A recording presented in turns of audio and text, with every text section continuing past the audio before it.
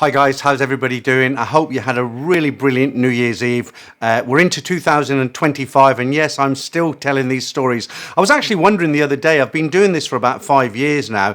You know, people come and go. I do it myself. You come across a decent YouTube channel and you think, I like this, and you subscribe to it, and after a few videos you think, oh, I'm bored with this, and I move on. And I was kind of thinking, I've got no way to check up on this, but I wonder if there's actually anybody who watches these stories who's been watching them right from the beginning, like nearly 5 years ago. I don't think there'll be many out there. If you're one of them, please let me know in the comments below. It'd be great to hear from you. Okay, I've got 3 stories for you as always on this Saturday morning. I hope you're going to enjoy these. I'm not going to waste any more time. I'm going to jump straight in with the first of 3 this morning. สวัสดีค่ะ Firstly, this is my experience and thoughts and mine alone. There is enough stereotyping of Thailand people without me adding to it. I have been listening to your channel for the past year and thought I'd post a story to the channel. I love a good Thai Farang story. I'm not sure that I've ever heard such a story on this side of the Thai lady. I did monger in Thailand for more than 10 years prior to this. I married a Thai lady from Isan. When I met her, she was 20 and a year out of college, 15 years my junior and part owner of a phone shop in Khon Kaen. You know the type, 100 phone shops packed into as many square meters in a shopping mall. These ventures were extremely profitable back in the day before the price of rents exploded. At the time, I calculated she was clearing in excess of 4,000 Australian dollars when the Thai baht was buying much less Australian dollars than today. She had financed a small townhouse to be close to her shop, about 120 kilometres from the family village and land. I was in my late 30s at the time, and this was about 15 years ago. My version of dating at the time in Thailand was usually meet the contacts on Thai Love Links, which I believe is now called Thai Cupid or Thai Tinder, then move them over to Hotmail MSN. Remember, we're going back quite a few years ago. This was in the days before Line and WhatsApp was very popular.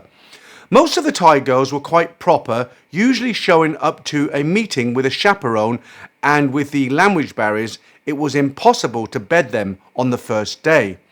You had to be very good with body language game. So I would usually day date, and if it wasn't going anywhere, I'd politely pay the dinner tam and be out and off to the bars. Side note, out of meeting no less than 20 girls in this fashion, every single one of them was genuine. How lucky we were back in the day.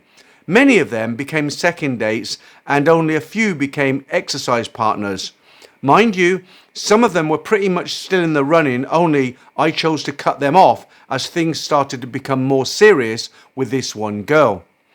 My wife took about 15 meetings on the last meeting before ever spending any alone time. Strangely, it may have taken a lot longer, but this one uncle, who we will talk about later, told me one afternoon after lunch, why don't you two go back to your hotel and we will all meet you in five hours later for dinner. By this time, I'd been spending my whole week off work with her and not even visiting bars until I was in Bangkok on my way out. This online dating took place over the last few years of my mongering career. I was in Thailand every 5th week for a trip of about 1 to 2 weeks. As a tradesperson, I worked in what we call fly-in, fly-out work in the far north of Western Australia, where you worked 28 days straight and had a week off. The schedules in this type of work back then were much more interchangeable, meaning you could change schedule easily, maybe only work 3 weeks or more than the 4 week, and you could change your rest to 1, 2 or even 3 weeks. I was such a drunk in those days, I could barely last the 2 and often would only do the week and head back to work for a rest, body and bank balance. Down the track in my 2nd year of marriage, I quit that type of work. Anyway, enough about me. I had been meaning to send off one of my many holiday girlfriend stories, but recent events led me to send this one out. What I wanted to talk about was the Thai ladies' families. I know I've been tied to one for some time. I can't fault my wife. Maybe she's a bit lazy if anything, But that is hard to say because I've never really wanted her to work. I've always wanted my kids to have a stay-at-home mum, like I did and most of my generation had. She certainly has helped out, like the time I was made redundant in COVID and she took a job in the local supermarket to help us. If she had her way, she'd probably work in one of the local Thai restaurants a few nights a week to be around the Thai girls, as she had done so on more than one occasion. Usually, I'm the one to call it off, as that means I have to cook for myself and kids, etc., and stay up later, as I don't like the idea of her walking to the car on her own at 10:30 p.m. Village Thai ladies are not so street smart in my opinion. After growing up in some Australia's toughest suburbs, even 50 years later, I'm always on the lookout and very prepared for anything that may come as a surprise to most. On the other hand, my wife grew up in a village where everyone knows everyone, and someone who has been there for 20 years is considered new, and of course, a few that come into the area to harvest rice or rubber. Most land is family owned in the area. If there is a lock on the door, the key almost certainly was lost years beforehand. My wife is completely oblivious to anything happening around her and is usually even glued to her Facebook screen, even if she was in a weekly lit area at night time in a large city on a weekend. We've lived in Melbourne and now in Sydney. Thai girls are only a tool for the much more evil family in the background, pulling the strings. I stayed in the village at one point for 18 months about a decade ago. We arrived back here. I had built a small one-bedroom house on some family land. I've since taken my little brown beauty back to Australia with me. You see, a bar girl may have some work done on her body, probably has the latest phone, may even have a new scooter. At best, this would amount to 15 weekends of work out of the thousands she's made it through so far. But 9 times out of 10, if she hasn't taken an overnight date, she'll be sleeping on a mat on the floor with a minimum of 2, maybe even 10 other girls. She won't have the latest TV and probably not even a couch. At best, she'll have a rice cooker. But if you head northeast, there will be some flash-looking house in amongst stilted Thai wood dwellings. Her brothers will be driving around in the biggest flash trucks, 2 or 3 flash bikes in the driveway. None of them will be insured. Why bother? Sister will buy me another if need be. Not one of them will be working. If so, this may be the 5th soon-to-be failed business in his sister has bankrolled him for it. The whole family will be on a high standing in the village, even upon her return. When the tired girl comes back to the village because her looks have faded, she will be treated as a disgrace. None of them ever acted that way the previous 15 Songkrans she came home with a pickup truck full of food and alcohol. At a minimum, she would have made 12 bank deposits into her mother's bank account that previous year. Up until the day she arrives home, she will be the successful hotel receptionist, etc. When she is back in the village, she will be known as the disgraceful town bar girl. Everyone will console the poor deceived parents. Living in a village opened my eyes for me was enough to turn me off the scene for a lifetime, and I still love the bar girls from afar. Some of them provided me with the best memories of my life. I have not strayed from my own little girl for more than a decade, and in those early days I certainly tried walking around Udong, Pattaya and Sukhumvit Road, looking in at all those pleasure dens, longing to go inside, but some new strange sense of priority, by far more powerful than those old instincts, keep me from leaving the pavement. In my own story, whilst it does not entail the buckets of baht taking cash back into the family vault, I've seen the brother squander the large part of the 300,000 baht I dropped in the bowl 13 years ago. Side note, I bartered down from 400,000 for an untouched body, at least by no one but myself. I am deeply ashamed of the negotiation. She is worth that and more. I have seen him write off my wife's car that she had financed in the 2 years of working 28 days a month. Even though I had so many times asked about insurance, every time I drove it, it was never ever insured. Not sure about the whole time, but definitely not that day he rolled it. I've seen him own 2 cars and he still has not given my wife 1 baht. You guessed it, both written off. Even today, if I even mentioned it, I am apparently just bringing up the unnecessary past. I saw land being sold off to support a 6-year failed student visa, arriving home much poorer and no education certificate of any value. My wife is the only daughter. Fortunately, most of that lot was sold off there and now replaced with a better plot with only my daughters on the title. God knows how many other poor family women sent him money over that 6-year period. Yes, we are a large family with other women family who lead other factions of the clan. Thank God for my wife's sake, these men are not her burden alone.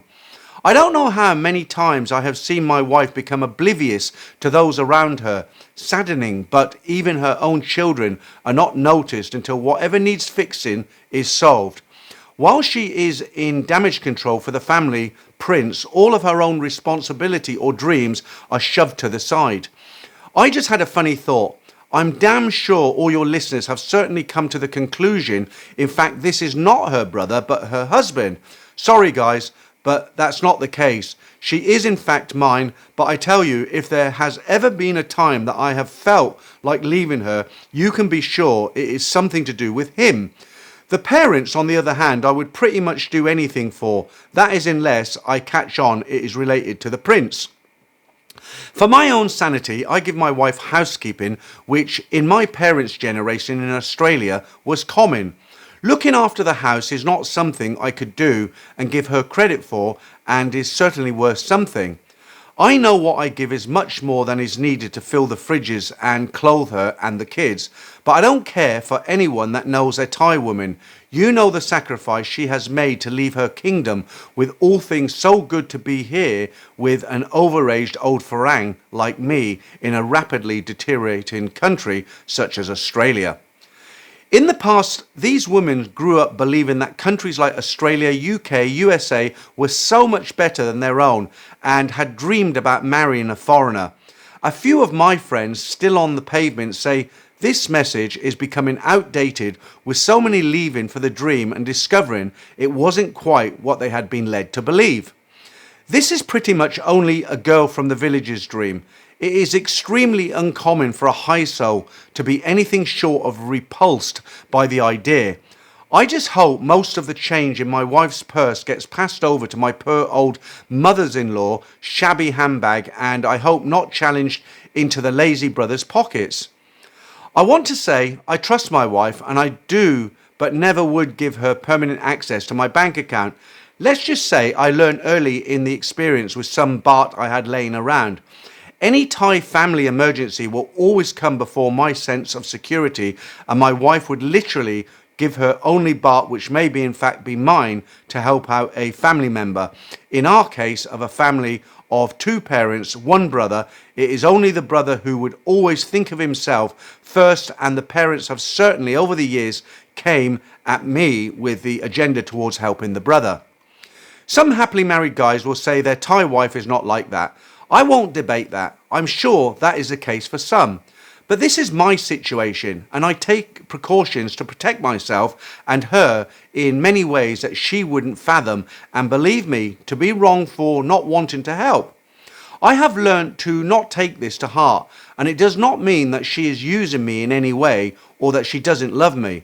It is just how it is. I will always come second after her family, and if you cannot deal with that, don't marry most Thai girls. They have been raised in a way that it is their responsibility to take care of the family, much like the Western schooling system, only here the goal is not parents' family, it is to raise a good employee who will make bucket loads of money for his employer and the taxman.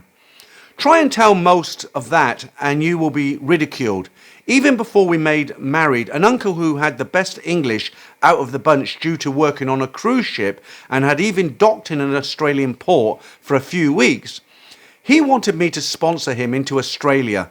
I had enough sense to know he would abscond the second after the visa expired, and it would affect any chance of my wife coming here.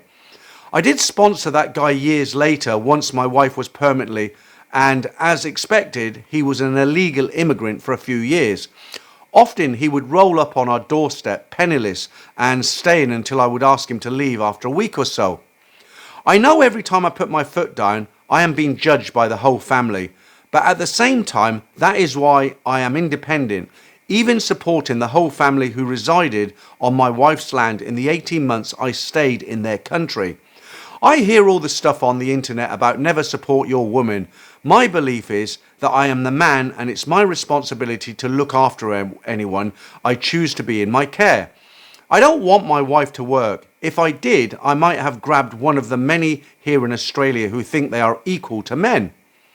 The idea sickens me. Speaking of that, I'm not politically correct. I know that my wife certainly doesn't think this, but when I choose to follow their custom of paying a sinsod in some perverse way, it feels like I brought her and she is mine. In many ways, it probably is true. Aside from what I've said about the family, first, she pretty much does do everything I want and cares for me in a way no Western woman ever had. I had relationships and flings in my own country. As I became older and found women of my own nationality that 5 to 10 years previously, I would not even have given a second glance started to judge me and think of me as not worthy of them. I started to think I may even marry one of these little Thai girls. I had been enjoying many holidays with the previous years beforehand. This is when I got onto the dating site. Of course, the brother didn't just finish his course and go home. He became an unenrolled and of course had his visa cancelled and became illegal and tried the odd stay under my roof, which was always short-lasted on my call. Neither of these two jokers ever considered the fact that the one day we might have wanted to invite her mother over here, but now this will probably never happen due to the selfishness of these so-called men. Unfortunately, I know as much as my wife wants her mother to come here, hence the reason that I decided to write this story. She has just asked me to sponsor her in the new year. I'm sure it will be denied, and I know my wife will never see her brother and uncle at fault. I had really liked the idea of having a house sitter here. We may have even got to have a holiday on our own, which has never been a possibility since the birth of our daughter 12 years ago. Even a few date nights would have been nice, but I doubt any of this will happen thanks to the selfish nature of some Thai family members. That statement just reminded me, we live interstate to my family and at times we do stay.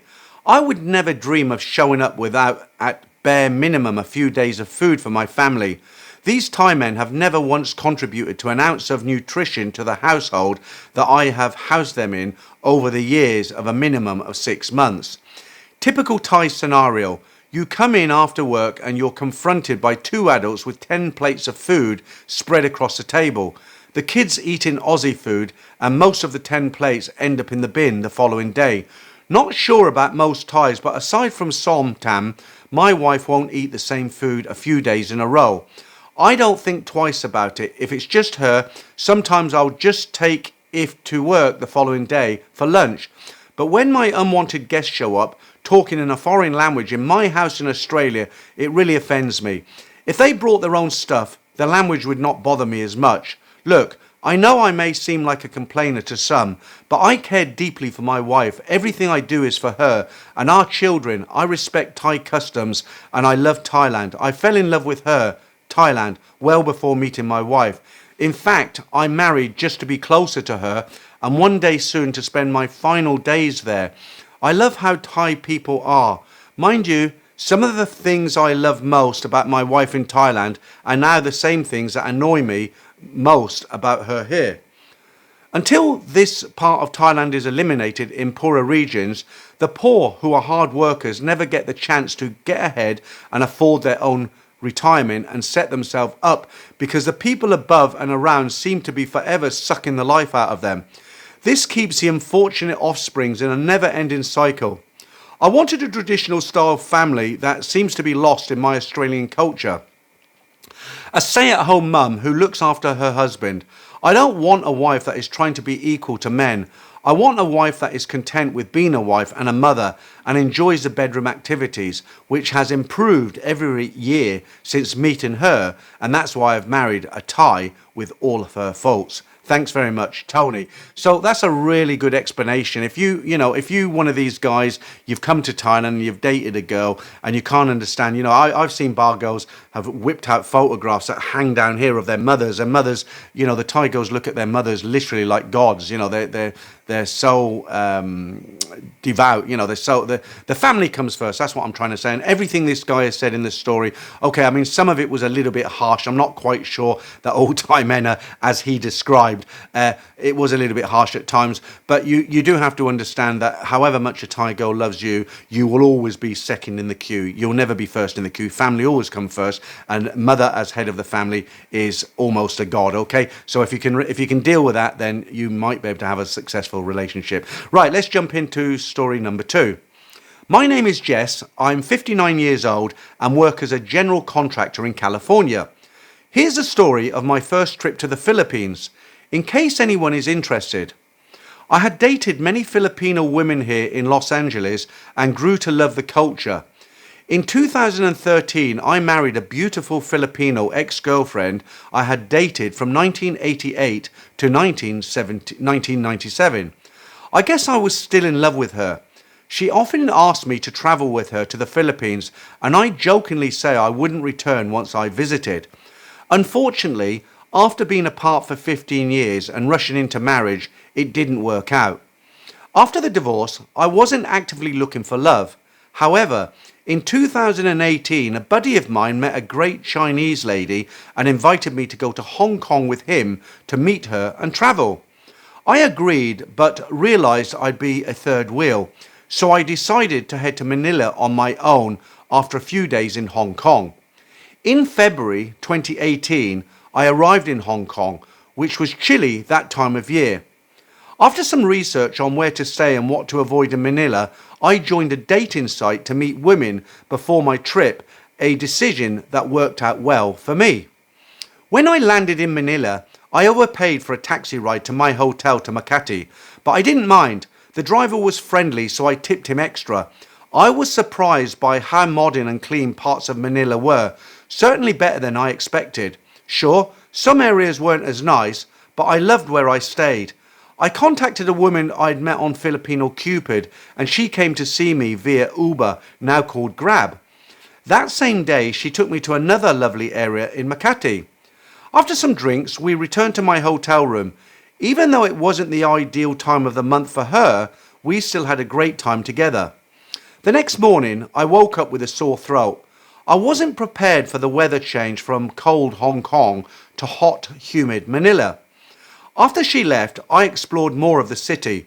That evening, I met another woman near Manila Airport, also through Filipino Cupid. She was very attractive and we had a great night together. The next day, I met a third lady, but she made me wait for over an hour at the mall. She was petite, sweet and kind, so I forgave her. We spent time exploring Makati, including the nightlife on Burgess Street, and even had Mexican food. However, I got lost on the way back to my third hotel, which wasn't as nice as the first two. Despite being sick with the flu, I still enjoyed her company. After spending 2 days with her, I moved to another hotel to meet a fourth woman named Sarah. She was from northern Luzon and very attractive. We travelled and explored together, and I really liked her. Still, I had one more date lined up before returning to Hong Kong. The fifth woman, Rose, was thin and attractive but very upfront about wanting money. The chemistry wasn't great, and after we were done, she left immediately. My final meet-up was with a woman whose name I can't recall. I surprised her at her workplace south of Manila, and she later came to my hotel. After spending some time together, she left without even saying goodbye, which was strange. Despite the ups and downs, I fell in love with Manila. I returned in September 2018 after attending my buddy's wedding in Hong Kong. He proposed while I was in Manila. My second trip was even more successful in terms of meeting quality women. One lesson I learned is to prepare your immune system before travelling to avoid getting sick, like I did. I never went to any girly bars. Using a dating site and arranging meetings ahead of time worked best for me. I don't think dating in the Philippines is as straightforward as in Thailand, but it was still a fantastic experience. Since then, I've returned to Manila 9 times, with my September 2018 trip being a highlight. I haven't explored other parts of the Philippines because everything I want is in Manila. My advice for expats: start chatting with women on dating sites about a month before your trip. Some won't show up, but the ones who do will make it an unforgettable experience. Okay, so I get mixed reactions, comments about the Philippines. Okay, the thing that overall comes up better about the Philippines is a lot more people speak English than they do in Thailand. It's always a problem for guys who come out here on vacation. The language barrier in Thailand, we've got translation apps and everything, but it's not the same. But I've got one particular friend who lives in Manila. He runs a kind of call center out there, but he comes back to Thailand quite regularly on R&I for holidays. And I said to him, in the early days, we're friends now, I said, well, why do you come, if you live in Manila, why do you come to Thailand? And he basically said, the infrastructure is a lot better. Everything, the food, the infrastructure, the whole setup here in Thailand, he much prefers. Apologies to any Filipinos who are watching, because I probably slaughtered the names of the towns I was mentioning there. I'm not very up on the Filipino dialogue, as it were, even how to say their names in English. So, okay, let's jump into our third and final story this morning. Just as a bit of a background information, I have been going to Thailand twice a year since 2011. On my first visit to Phuket, I went to nearly all the bars in Bangla Road. I settled on the Lion Bar close to Soy Sea Dragon. It was an average sized bar with a nice decor. The girls were really nice and friendly and spoke English quite well. Anyway, over the years, I go back to that bar often. I got to know the Mama-san and became friends with her over time. Her name is Jeep. She would give me lots of advice on what to do and what not to do. In fact, Jeep would call me brother. We would also hang out when she wasn't working. She would take me to local tourist attractions, restaurants, where she would sometimes offer to pay. When we went shopping, Jeep would help me get better bargains than I would be able to get by myself.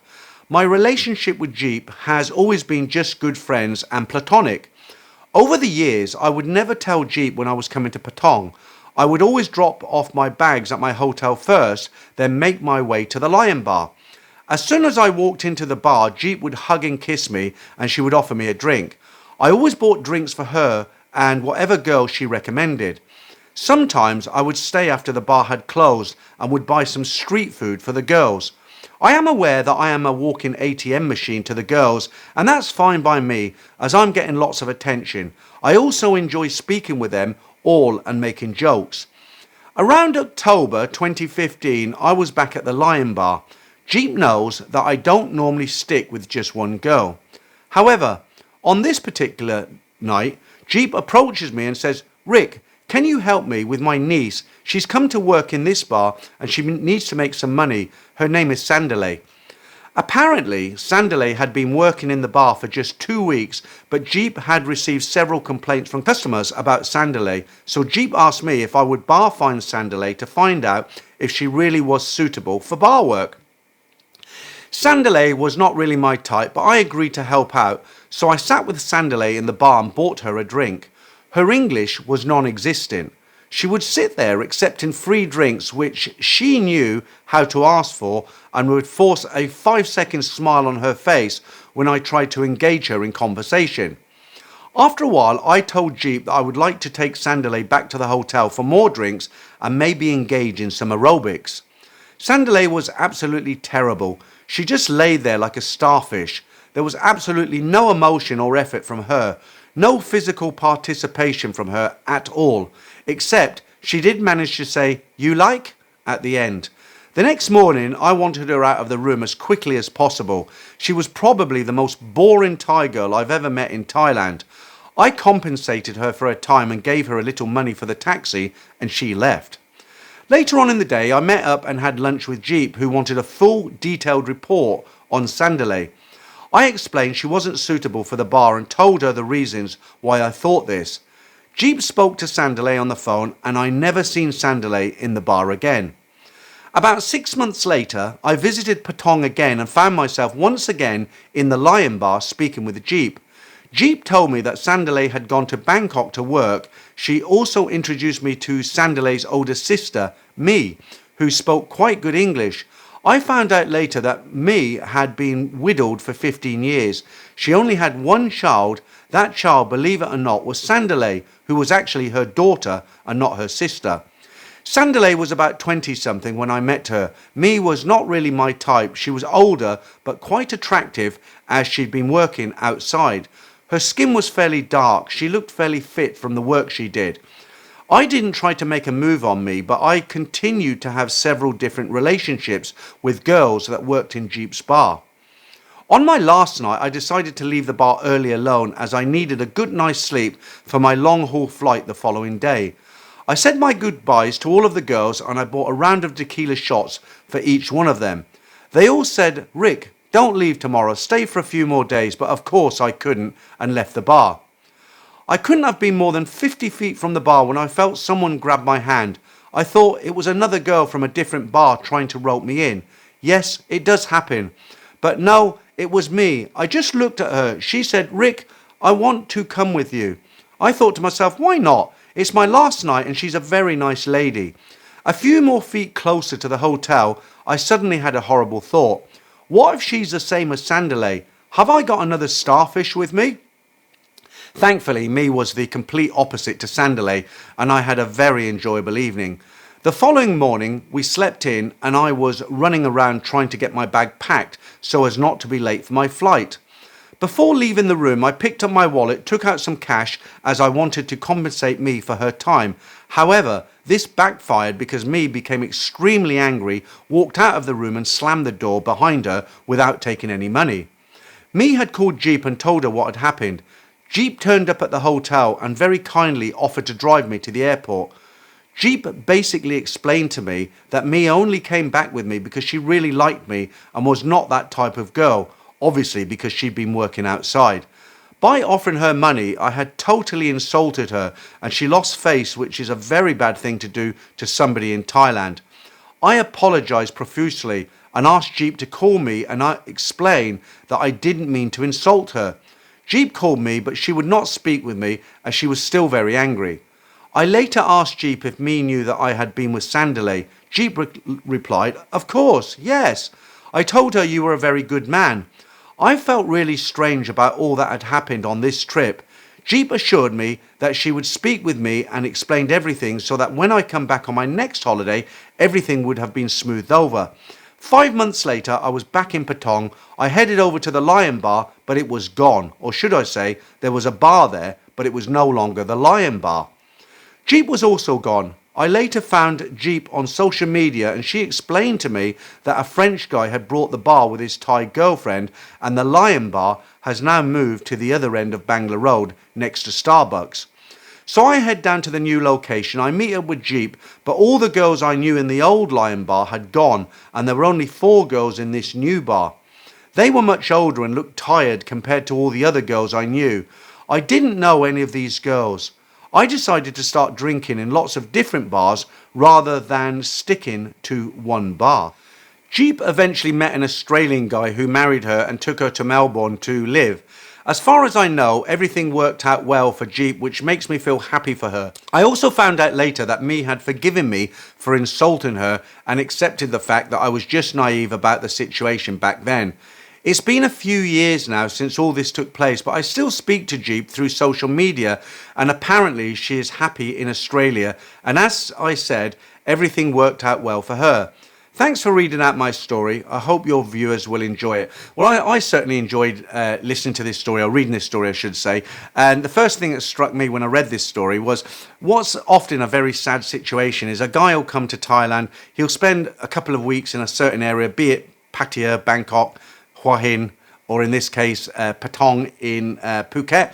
And they go to one particular bar which they home on. They buy the girls food like he's done. They know they're kind of being a little bit of being used a little bit, but it's, you know, it's fun. They're enjoying their time with the girls, and they're sitting in these bars. Maybe half a dozen girls. They're all eating together. The guy feels special. The mama-san's taking care of him. He enjoys his vacation. Has a couple of aerobic sessions with different girls, and it's a great memory to take back to his country. And what happens 9 out of 10 times is the guys when he comes back on his next vacation, maybe 6 months, 9 months, a year later, he's all excited because he's got those memories from that one bar and those girls, and they all know him, and he knows a Mama Sam will take care of him. And he gets off the plane, heads straight to that bar, and woe and behold, sometimes the bar isn't gone like it was in this story, but the staff have completely changed, and those girls that used to give him so much attention are nowhere to be found. And this happens a lot with guys when they return to Thailand. You know, they look for that same girl that they had that wonderful experience with, getting shown around the islands or wherever, and she's not there. They go there to work, guys. They don't go there to make a career of it, to stay there forever. They're there to make money for their families, obviously. And if they meet the right guy, and often a guy will take them out of the bars and marry them, take them back to their own country, or he'll live with them in Thailand, and that does happen very, very often, and that girl will disappear. So that's something you have to understand when you come to Thailand. You know, enjoy it for what it is for the moment. The next time you go back, it's a completely different story, a new chapter in the book, as they say. All right, okay, that's it from me, waffling on once again. Thanks for listening to me. 3 stories there. I'll be back next Saturday, hopefully with some more new stories. And guys, as always, if you're sitting on a story, plenty of guys have come to Thailand and gone back home now. Some of you must be sitting on stories, good and bad, and I'd like to request, if you've got a story, please send it in to me. I'll change your names, I'll make it anonymous, and you too can hear your story read out right here on Thailand Bound. Once again, guys, thanks for listening to me. I'll be back next Saturday, and hopefully we'll have some new stories for you.